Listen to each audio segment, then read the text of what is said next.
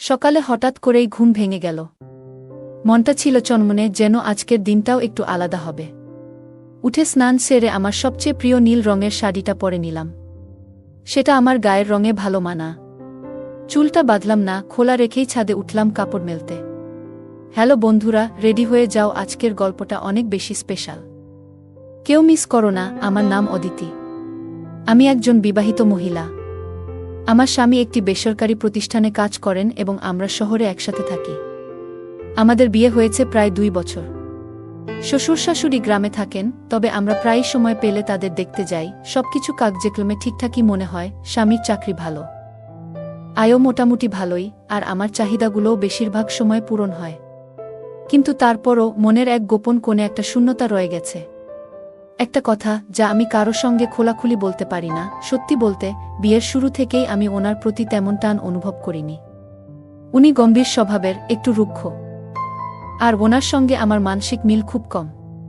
তবে আমি সবকিছু মেনে নিয়ে সংসার চালিয়ে যাচ্ছি, কারণ এটাকেই আমি আমার দায়িত্ব মনে করি। আমি সাদামাটা, আর আমার স্বামী দেখতে একদম সাধারণ। অথচ আমি ছোটবেলা থেকেই নিজেকে সুন্দরী বলে ভাবতাম। কলেজে পড়ার সময় সবাই আমার সৌন্দর্যের প্রশংসা করত। লম্বা গড়ন, উজ্জ্বল গায়ের রং, বড় বড় চোখ। আমার মনে হতো আমার জীবনসঙ্গীও এমন হবে, যার উপর আমি গর্ব করতে পারব। কিন্তু জীবনের গল্প তো সবসময় নিজের মতো চলে না। মা বাবা যখন একটা বিয়ের প্রস্তাব নিয়ে এলেন, তখন আমার সামনে তেমন কোনো বিকল্প ছিল না। বললেন, ছেলেটার স্থায়ী চাকরি আছে, জীবন নিশ্চিন্তে কাটবে। আমি মেয়ের দায়িত্ব বুঝে চুপচাপ রাজি হয়ে গেলাম। যদিও মনের ভিতর অনেক কথা জমেছিল, কিছুই বলিনি। কারণ আমি জানতাম আমার একটুকু না হয়তো অনেক কিছু ভেঙে ফেলতে পারে। বিয়ের পর থেকেই চেষ্টা করেছি ওনাকে বোঝার, মেনে নেওয়ার। কিন্তু মনের কোথাও যেন কিছু অপূর্ণ থেকে গেছে। যখনই ওনার দিকে তাকাই, একটা চুপচাপ কষ্ট ভেতর থেকে উঠে আসে। এ তো সেই নয় যার স্বপ্ন আমি দেখতাম, যদিও জানি ওর প্রতি এমন ভাবা অন্যায়। ও কখনো আমায় কষ্ট দেয়নি, বরং প্রতিদিনই চেষ্টা করে আমাকে খুশি রাখার। কিন্তু হৃদয় তো যুক্তি মানে না। ও চলে নিজের নিয়মে। তারপর একদিন সকালে ঘটনা ঘটল। আমি রান্নাঘরে ব্যস্ত, স্বামী ছুটিতে ছিলেন, ঘরে বিশ্রাম নিচ্ছিলেন। চা বসানো ছিল, পাশে আলুর তরকারি তৈরি হচ্ছিল। হঠাৎ কলিং বেল বাজল। তাড়াতাড়ি হাত ধুয়ে দরজা খুলতে গেলাম। আর দরজা খুলতেই আমি একটু থমকে গেলাম। দরজার সামনে দাঁড়িয়ে এক তরুণ, লম্বা গড়ন, মাঝারি রং, চোখে এক অদ্ভুত সরলতা আর মুখে এক মায়াবী হাসি। মনে হচ্ছিল সময় থেমে গেছে। আমি কিছু বলিনি, সেও চুপচাপ দাঁড়িয়েছিল, যেন শব্দের প্রয়োজন নেই। চোখেই সব কথা বলা হয়ে গেছে। নিজেকে এক ঝটকায় সামলে নিয়ে বললাম, জি বলুন, আপনি কে? সে হালকা হাসি মুখে বলল, এটা কি রবি মামার বাসা? আমি বললাম, হ্যাঁ, আপনি ঠিক এসেছেন। উনি আমার স্বামী। এই কথা শুনেই সে মাথা নিচু করে আমার পায়ে হাত দিল। আশীর্বাদ দিন মামি। আমি একটু অবাক হয়ে হেসে বললাম, সুখী হও। আপনারা দেখছেন বাংলা অডিও স্টোরিজ চ্যানেল। আমি তার আচরণে একটু কৌতূহলী হয়ে জিজ্ঞেস করলাম, মাফ করবেন, আমি চিনতে পারছি না আপনাকে। সে বলল, আমি ঈশান। বিয়ের সময় আসতে পারিনি, তাই আজ প্রথম দেখা। আমি বললাম, আসুন ভিতরে। সে আমার পেছনে পেছনে ঘরে ঢুকল। আমি ওকে বসতে বললাম। তারপর রবিকে ডাকতে গেলাম। রবিকে বললাম, তোমার ভাগ্না ঈশান এসেছে। সে সঙ্গে সঙ্গে উঠে বলল, হ্যাঁ, ও বলেছিল আজ আসবে। রবি বাইরে এসে ওকে জড়িয়ে ধরল। তারপর আমার দিকে তাকিয়ে বলল, এই হচ্ছে তোমার মামি, অদিতি। আমার দিকে তাকিয়ে আরও বলল, ঈশান এখানে একটা কম্পিউটার কোর্স করতে এসেছে, কিছুদিন আমাদের সাথেই থাকবে। এই কথা শুনেই আমার বুকের ভেতরে হালকা কাঁপুনি শুরু হয়ে গেল। চোখ আপনা-আপনি ঈশানের দিকে চলে গেল। মনে হলো সেও আমার চোখের সেই হালকা ঝিলিক টের পেয়েছে। ঈশানের আগমনে ঘরের পরিবেশে যেন নতুন একটা স্রোত বইতে শুরু করল, যেন থমকে থাকা জলে কেউ পাথর ছুঁড়েছে, আর তার ঢেউগুলো ধীরে ধীরে ছড়িয়ে পড়ছে। রবি ওর ব্যাগ নিয়ে গেস্ট রুমে রেখে দিল। আমিও চুপচাপ ওর পেছনে গেলাম। ঘরটা একটু অগোছালো ছিল। আমি তাড়াতাড়ি ওর বিছানাটা গুছিয়ে দিলাম, চাদর পাল্টালাম, বালিশ ঠিক করলাম, আলমারি মুছে দিলাম যাতে ওর জিনিসপত্র গুছিয়ে রাখতে পারে। সবকিছু নিঃশব্দে করছিলাম, কিন্তু আমার ভিতরে অন্য কিছু চলছিল। ঠিক তখনই রবি বলল, অদিতি, ঈশান একটু লাজুক স্বভাবের। ও হয়তো নিজে থেকে কিছু চাইবে না, তোমাকেই খেয়াল রাখতে হবে ওর। আমি তো সারাদিন অফিসে থাকি, তাই ওকে দেখাশোনার দায়িত্ব তোমার। আমি হালকা হাসি দিয়ে বললাম, তুমি চিন্তা করো না, ঈশান এখন থেকে আমার দায়িত্ব। ওর সবকিছুর যত্ন আমি নেব। এই কথাটা বলার সময় বুকের মধ্যে যেন কিছুটা কেঁপে উঠল, একটা অনুভব যেটা একদম পরিষ্কার নয়, কিন্তু একেবারে অগ্রাহ্য করা যায় না। কারো যত্ন নেওয়া আমার কাছে নতুন কিছু নয়। তবে এবার সেই অনুভবটা যেন একটু আলাদা ছিল। ঈশান তখন ঘরে এসে দাঁড়ালো, আমি ওকে এক গ্লাস জল এনে দিলাম। তারপর জিজ্ঞেস করলাম, কিছু খাবে? এতটা পথ পেরিয়ে এসেছ, নিশ্চয়ই ক্লান্ত লাগছে। সে হালকা হেসে বলল, হ্যাঁ মামি, একটু তো লাগছেই। তবে আপনি এত কিছু করছেন কেন? আমি নিজেই সামলে নেব। আমি হেসে বললাম, এই বাড়িতে যতদিন থাকবে কোনো কাজ করতে হবে না। শুধু পড়াশোনায় মন দাও, বাকি সব আমার দায়িত্ব। সে এক মুহূর্ত চুপ করে রইল। তারপর চোখ তুলে আমার চোখের দিকে তাকালো। সে চোখে যেন একটা অজানা অনুভব লুকানো ছিল। হয়তো কৃতজ্ঞতা, অথবা হয়তো অন্য কিছু, যেটা ধীরে ধীরে দুজনের মাঝখানে জন্ম নিচ্ছে। না বলে, না বোঝাতে গিয়েও সেই রাতে ঘুম কিছুতেই আসছিল না। আমি বিছানায় পড়েছিলাম, কিন্তু মন যেন অনেক দূরে ঘুরে বেড়াচ্ছিল। কখনো চোখের সামনে ঈশানের মুখ ভেসে উঠছিল, কখনো তার নিষ্পাপ হাসি। ভাবতে থাকলাম, এই কি আমার সঙ্গে কিছু নতুন ঘটছে? কেন মন এমন অস্থির হয়ে উঠেছে? সারারাত ধরে এপাশোপাশ করতেই রইলাম। ভিতরে কোথাও যেন একটা খালি জায়গা, একরাশ ভাবনার কুয়াশা, আবার তার মাঝেই অল্প একটু আনন্দের অনুভব। ঈশান আসার পর থেকে যেন চারপাশে, এমনকি আমার ভিতরেও কিছু বদলে যেতে শুরু করেছে। সকালে হঠাৎ করেই ঘুম ভেঙে গেল। মনটা ছিল চনমনে, যেন আজকের দিনটা একটু আলাদা হবে। উঠে স্নান সেরে আমার সবচেয়ে প্রিয় নীল রঙের শাড়িটা পরে নিলাম। সেটা আমার গায়ের রঙে ভালো মানা। চুলটা বাঁধলাম না, খোলা রেখেই ছাদে উঠলাম কাপড় মেলতে। গিয়ে দেখি ছাদের এক কোণে ঈশান ইতিমধ্যে চট বিছিয়ে যোগাসন করছে। পরনে ছিল স্লিম ফিট ড্রেস, যেটা ওর গঠনকে আরও পরিষ্কারভাবে তুলে ধরছিল। প্রতিটা মুভমেন্টে এক ধরনের আত্মবিশ্বাস আর শান্ত সৌন্দর্য, যেটা আমার চোখ আটকে রাখল। আমি কিছুক্ষণ দাঁড়িয়ে রইলাম, হয়তো একটু বেশিক্ষণ। হঠাৎ ওর চোখ পড়ল আমার দিকে। আমরা এক মুহূর্তের জন্য চোখে চোখ রাখলাম। ও হেসে ফেলল, একটা অদ্ভুত স্বচ্ছ আপন হেসে। আমি হালকা গলায় বললাম, সুপ্রভাত। ও হাসিমুখে জবাব দিল, সুপ্রভাত মামি। আমি কাপড় মেলাতে শুরু করলাম, কিন্তু মন সেদিকে ছিল না। বারবার চোখ চলে যাচ্ছিল ওর দিকেই। এবং আমি নিশ্চিত ছিলাম ও বুঝে গেছে আমি ওকেই দেখছি। কিন্তু ও কিছু বলল না, বরং যোগাসনে মন দিয়েই রইল, গম্ভীর কিন্তু বোঝদার ভঙ্গিতে। সব কাপড় মেলে দিয়ে আমি ধীরে ধীরে ওর কাছে গিয়ে একটু সংকোচ নিয়ে বললাম, ঈশান, আমাকে কি তুমি যোগা শেখাতে পারবে? ওর চোখে এক ঝিলিক আলো জ্বলে উঠল। বলল, কেন নয় মামি। যোগাসন তো এমন কিছু যা মন ও শরীর দুটোই শান্ত করে। সবার এটা করা উচিত। এটা আমাদের শরীর ও মন দুটোর জন্যই খুব দরকারি। তার সাথে আমার তখন একটু কথা হচ্ছিল। সে শান্ত গলায় ব্যাখ্যা করছিল ধ্যান আর যোগাভ্যাসের উপকারিতা, আর আমি মন দিয়ে শুনছিলাম।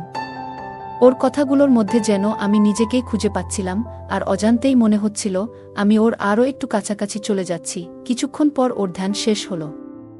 ও ধীরে ধীরে ম্যাট গুটিয়ে রেখে একটা শান্ত হাসি দিয়ে নিচে নামতে লাগল। আমি চুপচাপ ওর পেছন পেছন হাঁটতে থাকলাম।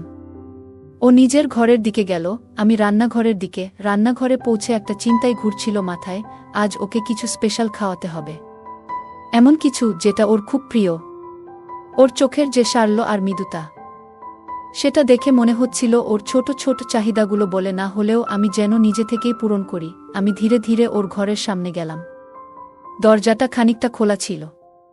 দেখলাম ও হয়তো স্নানের প্রস্তুতি নিচ্ছে। জামাটা খোলার পর ও টাওয়েল বের করছিল, তখনই আমার উপস্থিতি টের পেয়ে চমকে উঠল। আমাকে দেখে একটু অপ্রস্তুত হল। চুলে হাত চালিয়ে আমার দিকে তাকালো, মুখে হালকা লাজুক হাসি। আমি হেসে বললাম, এত লজ্জা পাস কেন? আমি তো শুধু এটা জিজ্ঞেস করতে এসেছিলাম, তোর সবচেয়ে পছন্দের খাবার কি? ভাবলাম আজ সেটা রান্না করব সবার জন্য। সে মাথা নিচু করে একটু হাসল, যেন কিছু বলতে চায় কিন্তু লজ্জা পাচ্ছে। তারপর আস্তে করে বলল, আপনি যা রান্না করবেন আমি খেয়ে নেব। তার বলার ভঙ্গিমা এতটাই কোমল ছিল, মনে হচ্ছিল ছোট কোনো বাচ্চা কথা বলছে। তারপর সে টাওয়েল হাতে বাথরুমের দিকে চলে গেল, আর আমি একটু হতাশ মন নিয়ে ঘুরে দাঁড়ালাম। আশা করেছিলাম সে হয়তো একটু খোলামেলা কিছু বলবে, কিন্তু হয়তো ও এমনই অন্তর্মুখী, নিজের ভেতরটায় থাকা একজন। ঘর থেকে বের হতেই দেখি রবি দাঁড়িয়ে। হয়তো আমার মুখ দেখে বুঝে ফেলেছিল আমি খানিকটা হতাশ। হেসে বলল, আমি তো বলেছিলাম ও খুব লাজুক, সহজে কিছু বলবে না। চিন্তা করো না, আমি জানি ওর প্রিয় খাবার কি, পুরি আর ক্ষীর। ওর সবচেয়ে প্রিয়। ওর কথা শুনেই আমার মুখেও হাসি ফুটল। মনে মনে ভাবলাম, তাহলে আজ পুরি আর ক্ষীরই হবে। রান্নাঘরে গিয়ে মন দিয়ে রান্না করলাম। পুরীর সাথে গরম গরম ক্ষীরে, কাজু, বাদাম, পেস্তা মিশিয়ে দিলাম। সাথে হালকা করে মাখনাও ভেজে নিলাম। সব রেডি হলে টেবিলে সাজিয়ে ডেকে বললাম, খাবার রেডি, সবাই চলে এসো। কিছুক্ষণের মধ্যেই দুজনেই এসে টেবিলে বসল। ঈশানের চোখ পড়ে খাবারের দিকে, মুখে এক চিলতে শান্ত হাসি, একটা নরম অনুভূতির ঢেউ যেন চারপাশে ছড়িয়ে পড়ল। হঠাৎ সে আমার দিকে একবার তাকালো, আর আমি ঠিক তখনই তাকিয়েছিলাম ওর দিকে।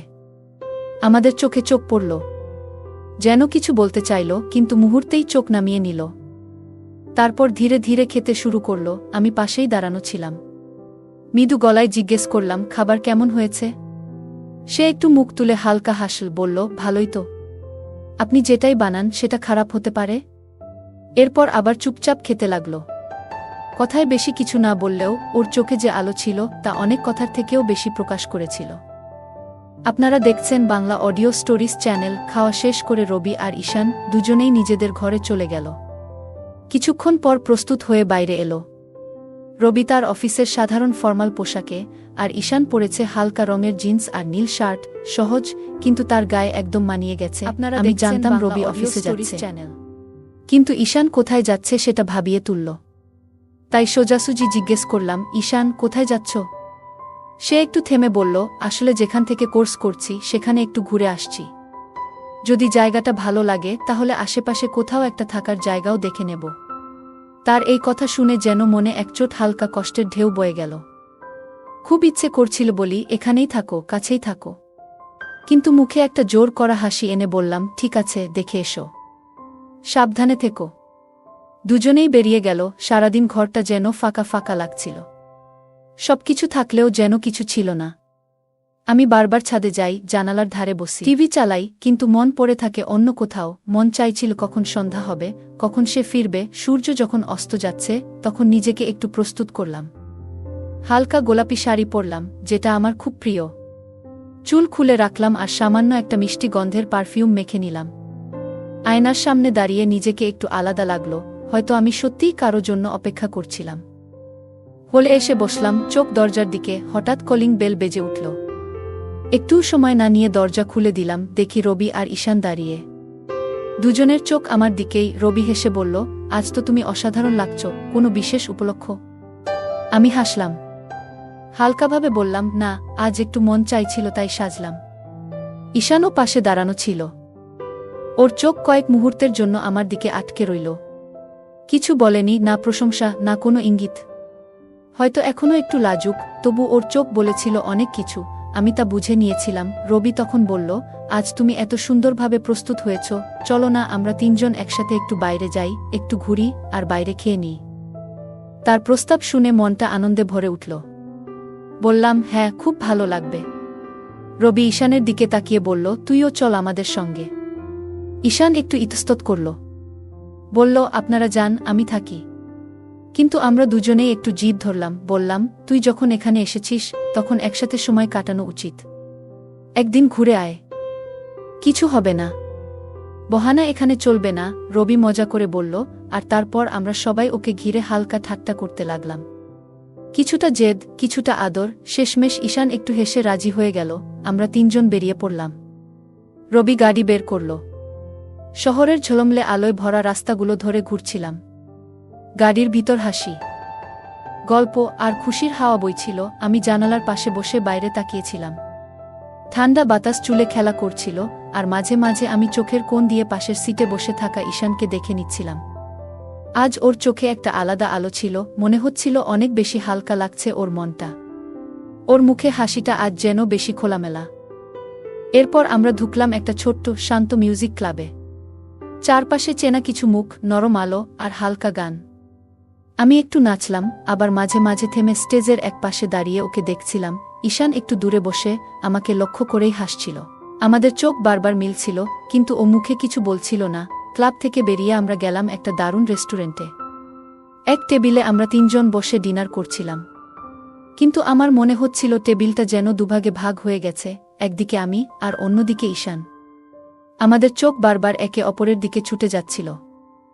আবার ও চোখ ফিরিয়ে নিচ্ছিল। সে রাতে ঈশান কিছু বলেনি, কিন্তু ওর চুপচাপ থাকা, প্রত্যেকটা মুহূর্ত কিছু না কিছু বলেই যাচ্ছিল। খাওয়ার শেষে রবি বিল দিল, আর আমরা ফিরে এলাম বাসায়। রাত তখন বেশ দেরি, সবাই নিজ নিজ ঘরে গিয়ে ঘুমিয়ে পড়লাম। ভোরবেলা আমি ঘুম থেকে উঠলাম। হালকা হলুদ রঙের শাড়ি পরে চুল খুলে ছাদে গেলাম। কিছু জামাকাপড় রোদে দেওয়ার অজুহাতে ছাদে গিয়েই দেখি ঈশান আগে থেকেই মাদুর পেতে ধ্যান করছে। সেই নীল টি শার্ট, স্ট্রেচ প্যান্ট, আর তার মুখে সকালের হাওয়ায় ভেজা এক শান্ত প্রশান্তি। আমাকে দেখে সে হালকা হাসল। আমি হাসি মুখে বললাম, সুপ্রভাত। ও ধ্যানের ভঙ্গি থেকে উঠে দাঁড়িয়ে প্রথমবার নিজের থেকে বলল, গত রাতের জন্য ধন্যবাদ, ভীষণ ভালো লেগেছে। আমি একটু অবাক হলাম। ঈশান, যে সাধারণত চোখে চোখ রাখত না, সেই আজ নিজের মনের কথা বলছে। আপনারা দেখছেন বাংলা অডিও স্টোরিজ চ্যানেল। আমি হেসে বললাম, ধন্যবাদ কিসের? তুমি তো যেতে চাইছিলে না, আমরা না জোর করতাম হয়তো যাওয়া হতোই না। সে একটু নিচু গলায় বলল, হ্যাঁ ঠিক বলছেন, কিন্তু অনেকদিন পর এমন করে যেন মনটা হালকা হয়ে গেল। ওর চোখে তখন সত্যিকারের কৃতজ্ঞতা আর এক ধরনের নির্দোষ অনুভব ছিল। আমি ঠিক বুঝে উঠতে পারছিলাম না কেন যেন আমি তখন ওর চোখে চোখ রেখে চুপচাপ তাকিয়েছিলাম। হয়তো এই প্রথম ও আমায় নিজের মতো করে কিছু বলেছিল। হয়তো এই প্রথম ওর কণ্ঠে ছিল শুধুই অনুভবের সরল ভাষা। ঈশানের চোখে যা ছিল তা আমি বুঝে গিয়েছিলাম। প্রথমবারের মতো যেন নিজেকে নতুনভাবে অনুভব করছিলাম। সেই রাতে যখন আমরা তিনজন একসাথে টেবিলে খাচ্ছিলাম, হঠাৎ রবির ফোন বেজে উঠল। ও উঠে বাইরে গিয়ে কথা বলল। কিছুক্ষণ পরে ফিরে এসে ওর মুখটা গম্ভীর হয়ে গেল।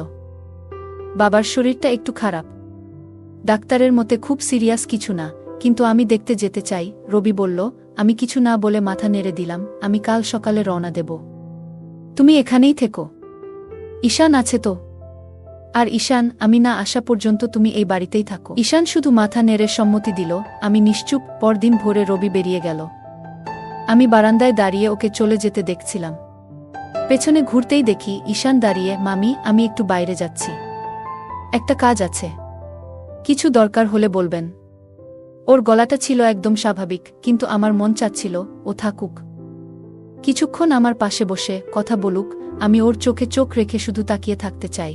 তবু আমি নিজেকে সংযত করে বললাম, না কিছু লাগবে না, তুমি যাও, কিন্তু দেরি করো না, তাড়াতাড়ি ফিরে এসো। ঈশান চলে গেল, আর আমি সারা দিন জুড়ে শুধু ওকেই ভাবতে থাকলাম। সন্ধ্যার একটু পর দরজার ঘণ্টা বেজে উঠল। আমি যেন দৌড়েই গেলাম দরজার দিকে। খুলে দেখি ওই দাঁড়িয়ে। একটা রুম পেয়েছি, অগ্রিমও দিয়ে দিয়েছি। রবি ভাইয়া ফিরলে আমি সরে যাব এখান থেকে। ও কথাটা খুব সাধারণভাবে বললেও আমার ভেতরে যেন কিছু একটা ভেঙে পড়ল। আমি কথা বলতে পারছিলাম না। চোখে জল টলমল করছিল হয়তো, আর মুখে অদ্ভুত একটা নীরবতা। আমি আস্তে বললাম, ঠিক আছে, অডিও স্টোরিজ চ্যানেল, যাওয়ার আগে একটু খেয়ে নিও। ও হেসে বলল, ফ্রেশ হয়ে আসছি, আর ভিতরে চলে গেল। আমি রান্নাঘরে গেলাম। সবকিছু সামনে ছিল, অথচ আমার মনটা যেন কোথাও অন্য জগতে। শুধু ঈশানের চলে যাওয়ার কথাটা মাথায় ঘুরছিল। ও চলে গেলে এই ঘরটা কতটা ফাঁকা লাগবে ভাবতে ভাবতে আমি ঘুরে দাঁড়ালাম, আর পা গিয়ে ঠেকল একটা ছোট টুলে। আমি ব্যালেন্স হারিয়ে পড়ে গেলাম। হালকা একটা চিৎকার বেরিয়ে গেল মুখ থেকে। ঠিক তখনই ঈশান ছুটে এলো। মামি, আপনি ঠিক আছেন? ওর কণ্ঠে আতঙ্ক ছিল। কাপা কাপা হাতে আমাকে তুলতে চেষ্টা করছিল। আমি উঠে বসতে চাইছিলাম, কিন্তু চোখ থেকে জল গড়িয়ে পড়ছিল। ব্যথায় নয়, একটা অদৃশ্য শূন্যতা থেকে। আমি ঠিক আছি, খেয়াল ছিল না। আমি বললাম। ও আমার হাত দুটো ধরে বলল, চলুন আপনাকে ডাক্তারের কাছে নিয়ে যাই। আমি মাথা নেড়ে বললাম, না, শুধু একটু বসি। আমি মেঝেতেই বসে পড়লাম। ঈশানও বসে পড়ল আমার পাশে, একদম কাছে, এতটা কাছে যেন একটা নিঃশ্বাসের ব্যবধান আমাদের মাঝে। আমি চুপ ছিলাম, কিন্তু আমার বুকের ধকধক যেন স্পষ্ট শোনা যাচ্ছিল। হঠাৎ ঈশান আমার চোখে চোখ রাখল।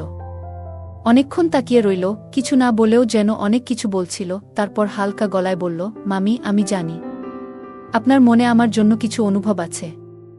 আমি চমকে উঠলাম, কিন্তু কিছু বললাম না। ও চোখ সরাল না, বরং ফিসফিস করে বলল, আপনি হঠাৎ পড়ে গেলেন কারণ মনটা অন্য কোথাও ছিল, ঠিক না? ভালোবাসা যা সীমারেখা বোঝে। আমি জানতাম। ঈশান বলল, আপনার মনটা আটকে ছিল সেই কথাটাতেই, যে আমি অন্য কোথাও চলে যেতে চাই। তার চোখে এক ধরনের গভীরতা ছিল, কিছুটা অপরাধবোধও। আমি বুঝতে পারি আপনি চান না আমি দূরে যাই। আপনি চান এই মুহূর্তগুলো, এই ঘনিষ্ঠতা চলতে থাকুক ঠিক যেমন চলছে। ঈশান একবার চোখ নামিয়ে দীর্ঘ নিঃশ্বাস ফেলল, তারপর আবার আমার দিকে তাকিয়ে বলল, আপনার অনুভবের প্রতি আমার সম্পূর্ণ শ্রদ্ধা আছে, কিন্তু আমি আপনাকে সবসময় আমার একজন মামি হিসেবেই দেখেছি, একজন পথপ্রদর্শক, বন্ধু আর অভিভাবকও বলতে পারেন। এই ঘরে আসার পর আপনি আমার প্রতিটি দরকারে পাশে থেকেছেন। ছোট হোক বা বড়, আপনি সবসময় ছিলেন আমার পাশে, ঠিক যেমন একজন বোন থাকে, একজন আশ্রয়। ওর কণ্ঠ শান্ত ছিল, কিন্তু ভিতরে কিছু একটা ভারী হয়ে উঠছিল। কিন্তু এর বাইরেও তো একটা সম্পর্ক আছে, মামার সঙ্গে। আর সেই সম্পর্ককেই আমি কখনো নিজের আবেগ দিয়ে জটিল করতে চাই না। আপনারা দেখছেন বাংলা অডিও স্টোরিজ চ্যানেল। ঈশানের কথা শুনে আমার চোখ ভিজে উঠল।